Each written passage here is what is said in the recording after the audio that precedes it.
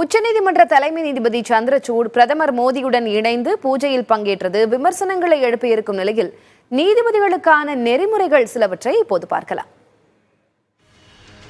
நீதித்துறையின் உயர் பொறுப்பில் உள்ளவர்களின் செயல் நீதித்துறை பாரபட்சமற்றது என்ற மக்களின் நம்பிக்கையை உறுதி செய்வதாக இருக்க வேண்டும்.